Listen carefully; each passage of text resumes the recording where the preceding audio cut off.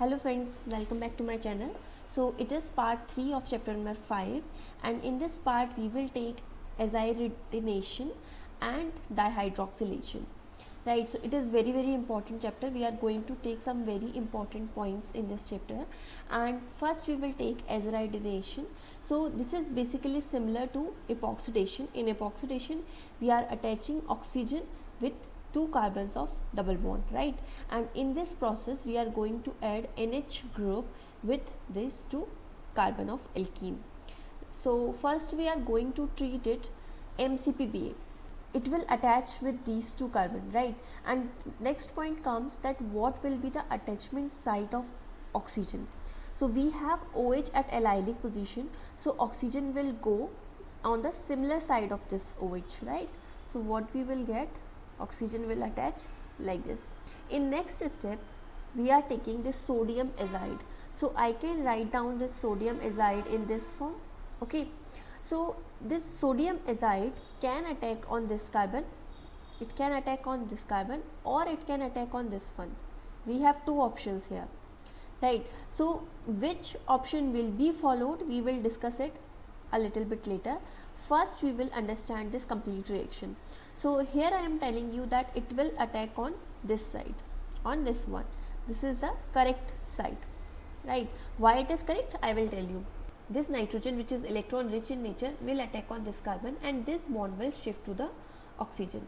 So this attack, this attack of this azide is SN2 mechanism. SN2 means it will be the inversion of configuration.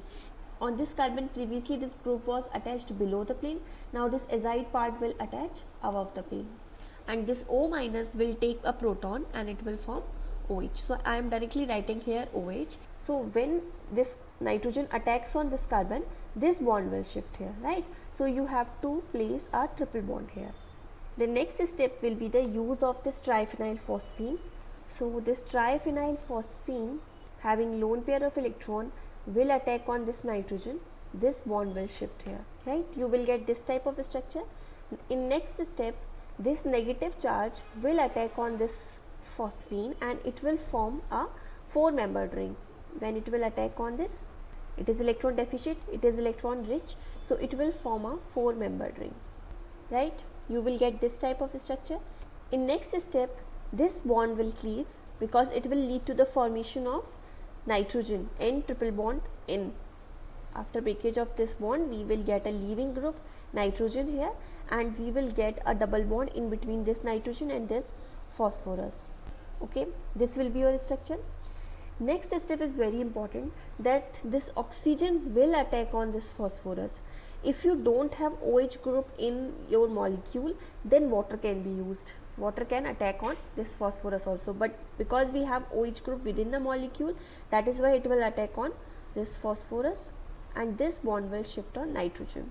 After shifting of bond, we will get a negative charge on this nitrogen, and like this. Then there will be transfer of proton within the molecule. This proton will be transferred from this oxygen to this nitrogen. So we will get this type of structure. Then next step, we all know about this, that this phosphorus has very strong bonding with oxygen. So this bond will break.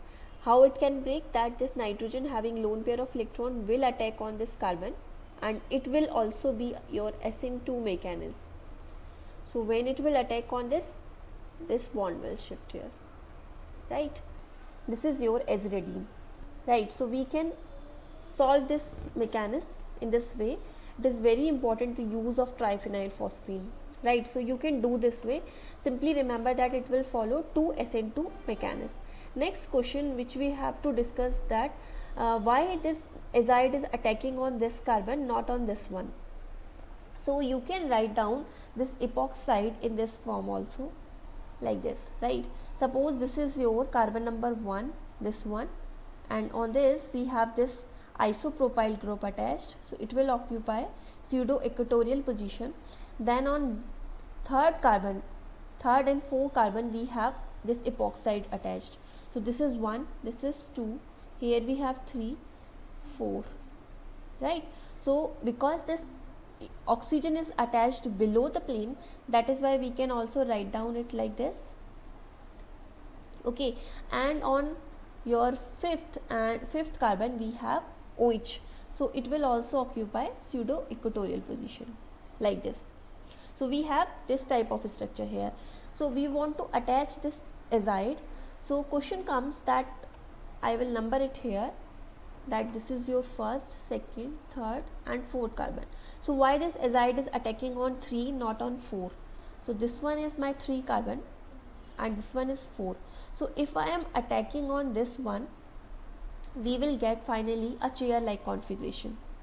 We have also discussed this point in Claydon book summary. So because this azide is attacking from above the plane side, so this N3 group will attach like this and this OH will go axially downward, right? After attack of this azide from on this carbon, this bond will break and this OH will go axially downward, right? So you will get your normal chair like configuration. But if it is attacking on carbon number 4, so what you will get, it is attacking on this one, azide is attacking on 4th carbon and this bond will break. So you can easily see that this carbon is going downward and we want to attach an azide group axially upward, and we have this carbon above side while we want to attach this OH axially downward. So what type of structure we will get here? We will get this twisted boat like structure. This your carbon number 1, and on carbon number 3, this is 1, 2 and 3, you will get OH. On this carbon you will get azide and here you have OH, right? So you will get this twisted boat like structure which is not stable. That is why we will have to attack this azide on carbon number 3, right, on this one. Another point is that if you are attacking this azide on this carbon number 4, it can show steric clash with this OH because it is next to this carbon, while on this one we have one carbon chain in between these two, right? So this is another point. So in this way you can easily do this aziridination. It is very important reaction. You can see a number of questions based on this reaction in GATE and NET examination. So do practice of this. Then we will move to dihydroxylation. Dihydroxylation, you all are familiar that we want to attach two OH group adjacent to each other, right, on a double bond. So first we will try to understand very simple concepts, then we will move to a little bit difficult part. So one more possibility about this aziridination is, aziridine formation is, that you can also do direct reaction using imines. So this reaction will give you direct formation of tosyl derivative of aziridine, right? In place of this one you can also use N-chloramine T. N-chloramine T will have this structure like this, right? You can also use this one. So in this reaction you will also get the same type of product. So you can have N-chloramine T or you can have N-bromamine T. Like this compounds you can also use in reaction. So in exam they can also give you such type of reagents also. Then we will again come back to our dihydroxylation. So first we will try to understand that what is the use of these reagents in this reaction. Osmium tetraoxide is used for syn type of dihydroxylation. Syn type means both the OH group will attach on the same side, right? They will attach on the same side of the double bond.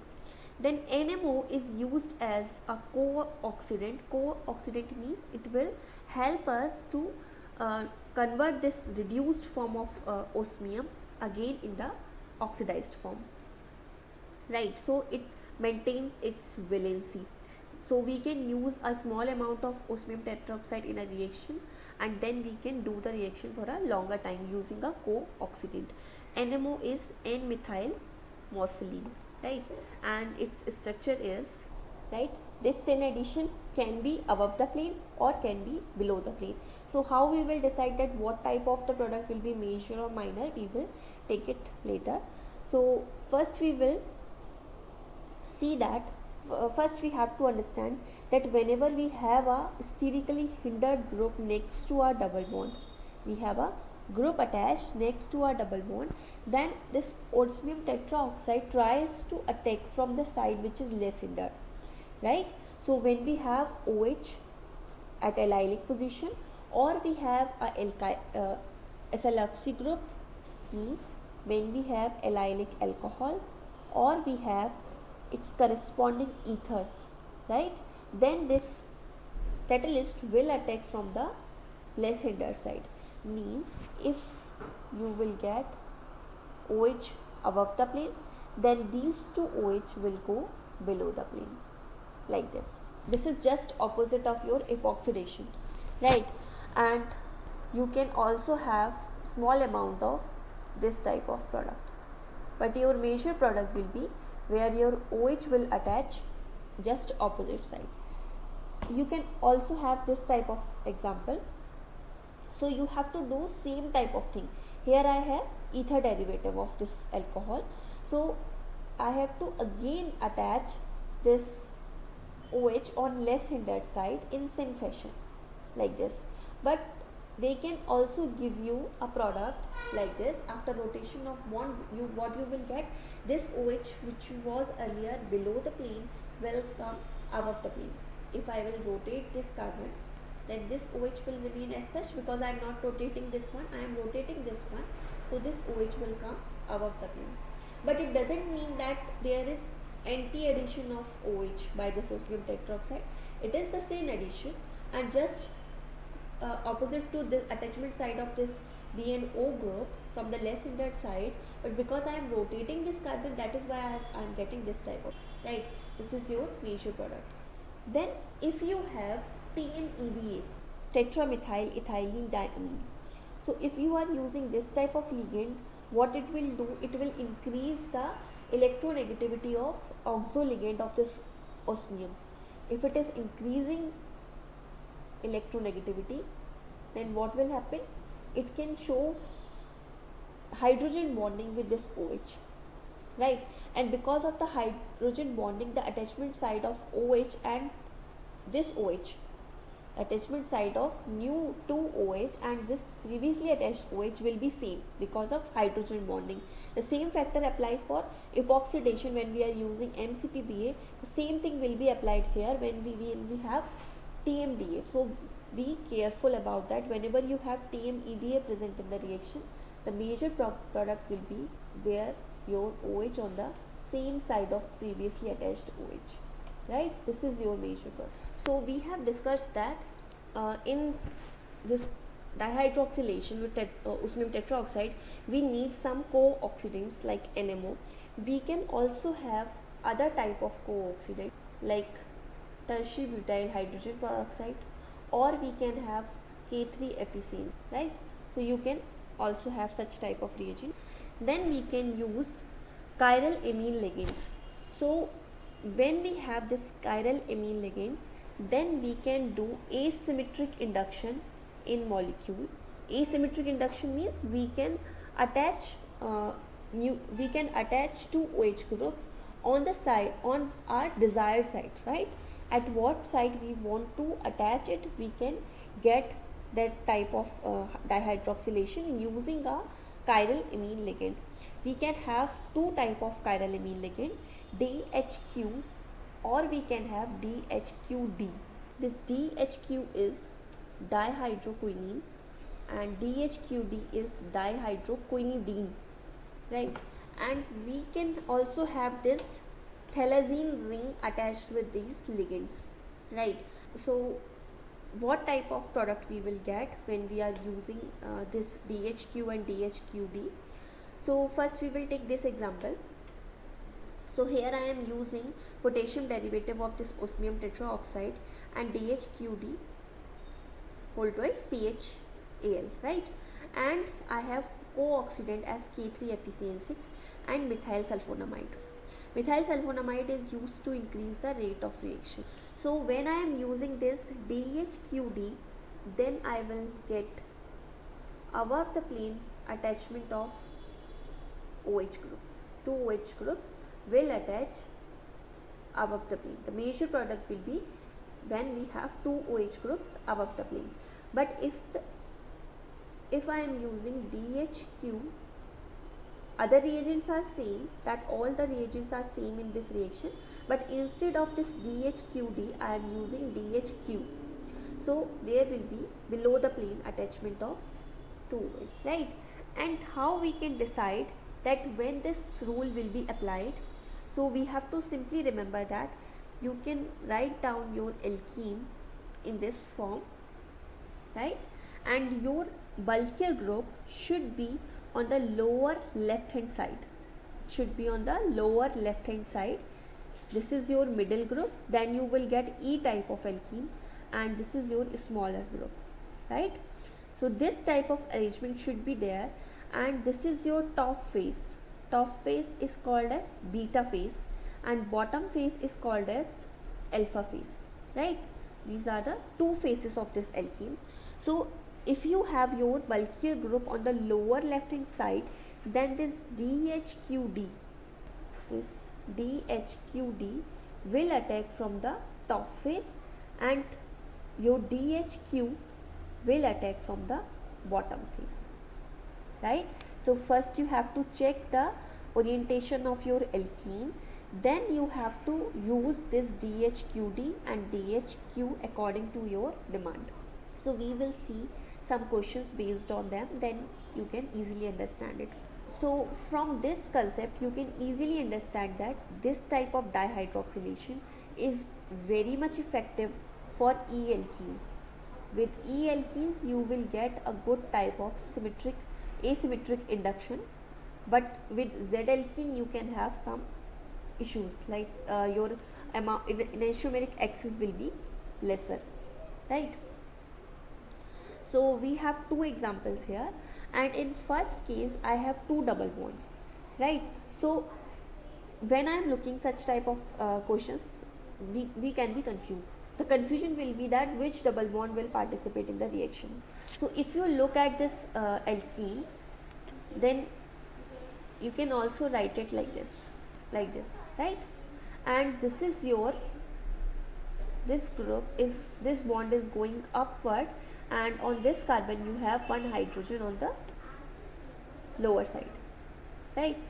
You can consider it as middle size group, while on this one you have 7 CH2 group here, so this will be your bulkier chain. So you can write down it as larger RL, right? On this carbon you have hydrogen, so it will go like this. So you have here E alkene, right? And on this E alkene I have bulkier group on lower left hand side, and because of this arrangement this double bond fits well for this reaction, while for this one we have only two hydrogens here, one here, so it is not so much effective for this reaction like this one.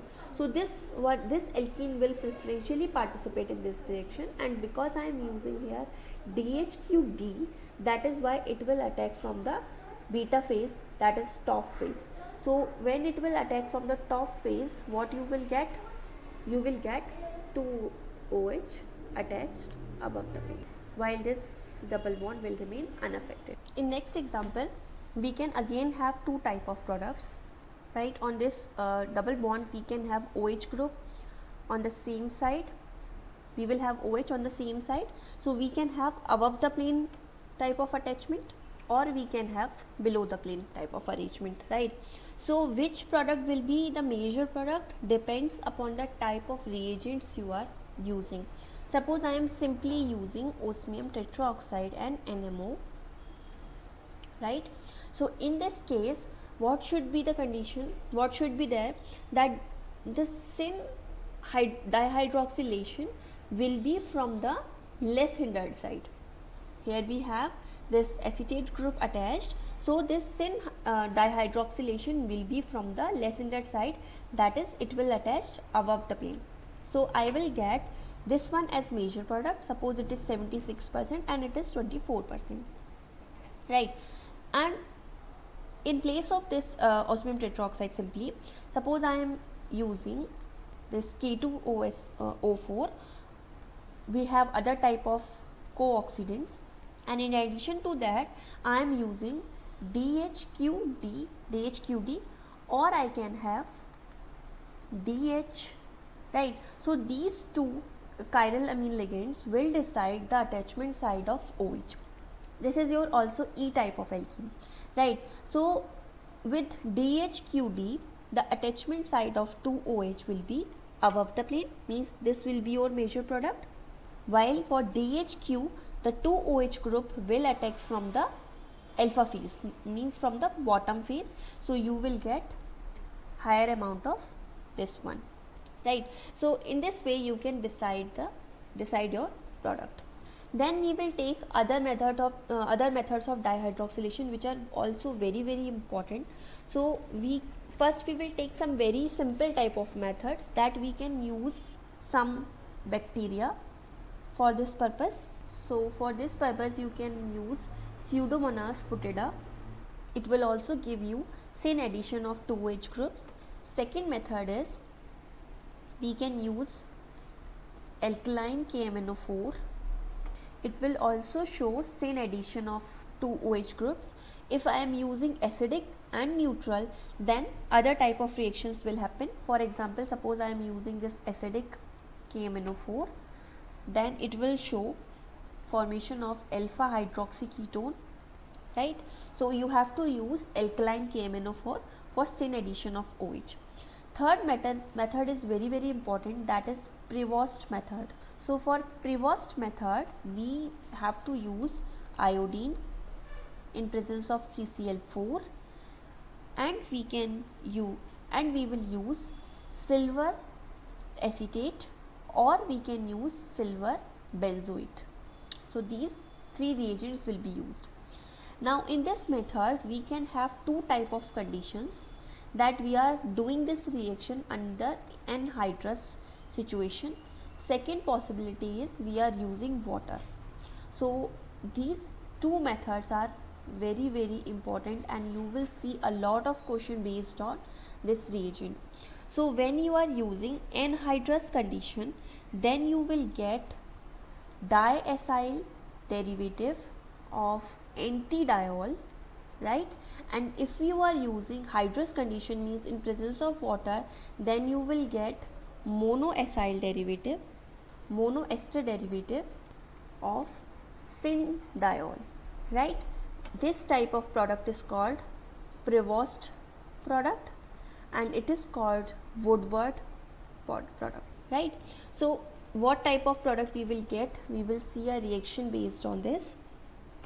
Suppose I have a alkene like this, and if I am using this reaction under anhydrous condition, iodine, CCl4, and suppose I have silver acetate. So what I will get? What I have said earlier, that I will get diacyl derivative of antidiol, means if one group is attaching above the plane, other will go below the plane, this type of arrangement.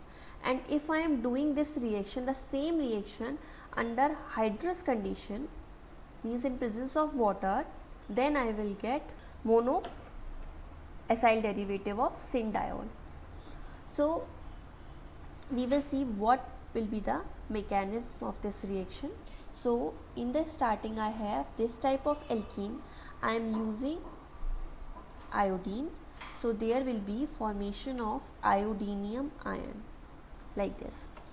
Then in next step I am using the silver acetate, so this acetate will attack on this carbon, and this attack will be SN2 mechanism. So it will attach like this, right? You can also write it down like this. Then in next step we will use silver released at this stage. From the silver acetate we will have this Ag plus. So this Ag plus will attack on this carbon and it will remove this I. AgI will be very stable, so it will be removed. Then this carbon will become electron deficient and it will attack on this oxygen, right? So when it will attack on this carbon will attack on this oxygen, this bond will shift here, right? And this attack is also your SN2 mechanism. So this will, when because it is SN2 mechanism, so when I will remove this I from below the plane, this carbon, this oxygen will attach above the plane. So I will get a double bond here. After shifting of this bond, so we will get a positive charge on this oxygen. You will get this type of structure, right? This is your intermediate for both of the reaction. In first reaction, I am using anhydrous condition, means this acetate will again attack on this carbon, right? So this bond will shift here and this will shift here, and this attack is also your SN2 attack. So this is my anhydrous condition. This reaction mechanism is for anhydrous condition. So what I will get here, this is attached above the plane, so this part will go below the plane. This type of product we will get. If I am using water for this step, then this water will attack on this carbon. So I will denote it by different color, that it will attack on this carbon and this bond will shift, right? So what you will get here, then in next step there will be cleavage of this bond, right? You will get this type of product. When this bond will shift here, it will shift here, you will get negative charge on this oxygen, which will take proton from this oxygen, right? So it will form OH, and here we will have OCOCH3. So you will get this syn type of product. So this reaction is very, very important. I will finish today's chapter here. In next video I will try to finish this chapter, then we will move to chapter number 6. And if you like my videos, please share my videos with your friends. Thank you so much for watching.